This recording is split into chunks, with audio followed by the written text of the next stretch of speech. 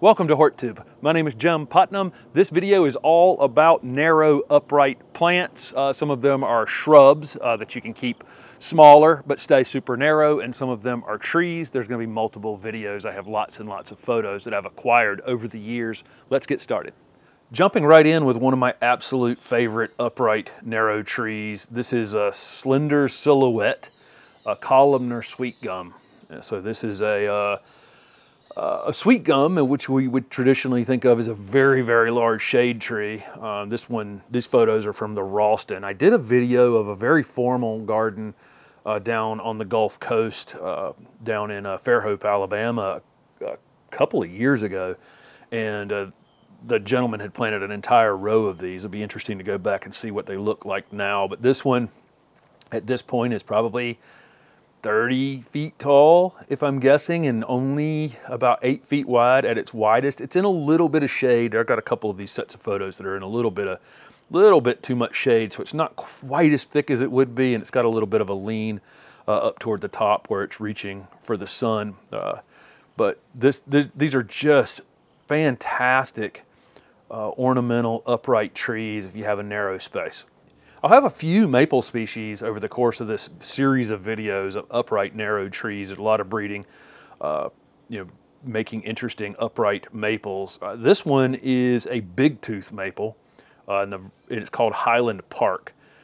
This is so a lot of these photos are from the Ralston. I'm trying to get some photos where the trees are slightly mature, and you can see the upright narrow habit. That's a weeping red bud that's just to the lower right hand corner of the photo that you're looking at. And so I'm thinking this tree is probably around 20 feet tall at this point, a little over that. Great, just fantastic structure. But if you have a small front yard, small front garden, small back garden, you don't want to cast a ton of shade over the entire thing, but you want an upright element. This Highland Park Bigtooth maple is a perfect choice for that. This is an evergreen magnolia. I'm also going to have a deciduous magnolia in this video as well. This is teddy bear magnolia. This is a southern magnolia that is probably the best of the narrow upright evergreen magnolias. It has the best coloration on the back of the leaf. It's a real standout in the garden. Of course, you're going to get the big, beautiful, white, fragrant flowers. You're going to get the interesting cone-like seed pods. You're going to get, as it gets some size on it, you'll really see the bottom of the leaves more and more in time. This one has a little bit of a curl in the leaf, a little bit different than Little Jim. The variety is actually called Southern Charm, but it's sold in the trade as a teddy bear Southern Magnolia. Just a real standout. If the regular Southern Magnolias can get 75 feet wide and really take over, and most gardens just don't have that kind of size for traditional southern magnolias, but teddy bear will fit most spaces where you need a narrow upright tree. Next up is a columnar European hornbeam.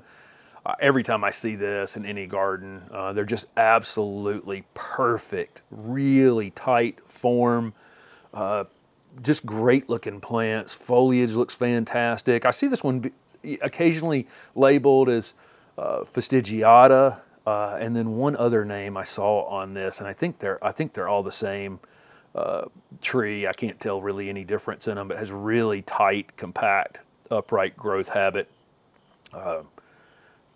Stunningly beautiful tree.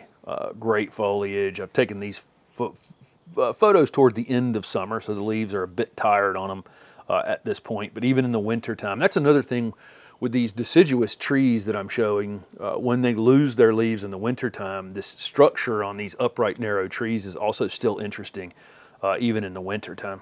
I really like the name on this Magnolia Sunspire. This is the deciduous magnolia, and in fact, I took this photo right here going into fall, and you can see it getting, has a few leaves turning on it already, and you can see their gold color, so I wanted to show that off.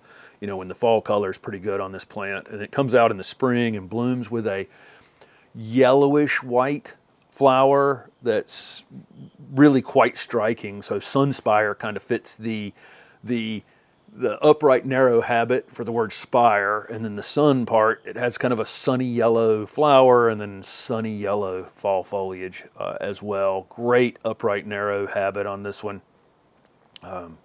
Really, really like this plant every time I've run into it. Great foliage, great form. Jumping in here real quick to tell you about my Learn to Garden video series over on my website, HortTube.com. It's a series of videos and some written material, just teaching gardening basically from the ground up, from design, how to get started, laying out beds, picking plants, shopping for plants, and then maintaining plants. It's continuing to develop for at least another year or so. Once you buy it, you own it. For the remainder of September, there is a discount code FALL50 that you can use over on my website to take $50 off of the Learn to Garden video series. There's almost always a $25 off discount code down below the videos. Thanks for watching. This is a tree that I've talked about a lot over the last 3 or 4 years. I think it fits a lot of gardens. This is Tokyo Tower Kyananthus. This is Kyananthus retusus, or the Chinese fringe tree. This is an upright version of that. We actually got a grafting lesson down at a nursery last year. If you followed that video, if you search for grafting on my channel, you could see that video about how these are actually grafted onto a different rootstock. This is Tokyo Tower, has a very upright, narrow habit. The regular Chinese fringe tree is a big sprawling thing, really gets quite wide, equally as wide as tall, or even wider than tall, where this one is very fastigiate. You can see the limbs on them going straight up. Still gets the fantastic white flowers in the spring. We also have a native fringe tree, but the Chinese fringe tree is not invasive, and it's just a really, really great ornamental plant. I have one of these in my garden in Raleigh, and then these photos are over at the Ralston. I've put them in on landscape jobs. Really, really love this Tokyo Tower Chinese fringe tree. One of the more underused, interesting trees are Parrotia. We covered them with Dr. Durr down at his garden at UGA, and a few other times we've run across Parrotia out in the world. This Parrotia persica, this particular one is called Golden Bell Towers. It has a upright fastigiate habit and kind of a gold coloration in the foliage on it. Sometimes it's hard to get tree photos, so these aren't the best photos, but you can see that upright narrow habit on it. One of those, if you run into this particular variety, I would definitely grab it. If you have pretty much any of these things I'm showing right now, most people are going to have room for, because they're all going to be, because of their growth habit, they're not going to take up a lot of ground space. But this very interesting tree, a few times now I've run into this one over the last few years, and it's quite beautiful. These photos will not do this green pillar pin oak very much justice. It was in a wooded space. It's probably in a little bit too much shade, so it's stretching a bit and it's a bit thin. Foliage is beautiful, typical pin oak, really kind of pointed foliage on it. Great upright, narrow habit. This one's been over at the Ralston for a long time, and it's maybe at this point 15 feet tall or something, and only about 3 to 4 feet in width. But this is, an amazing pin oak with an upright columnar habit. This is one of the other maple species. This is a sugar maple. This one goes by Bartlett Cole, and I think it's sold out in the world as Apollo.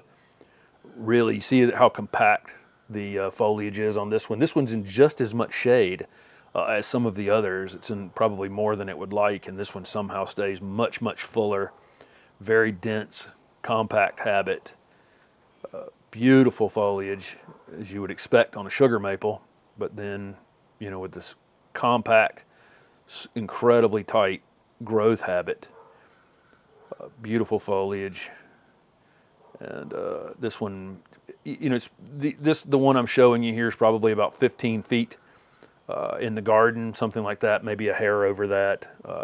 Gonna get all of these things I'm showing you are gonna get about as tall as you want to let them get, but they will continue to have this upright growth habit. If you get a crazy limb sticking out the side one direction or the other that's going wider than you want, you can cut that off pretty much any time of year you'd want to.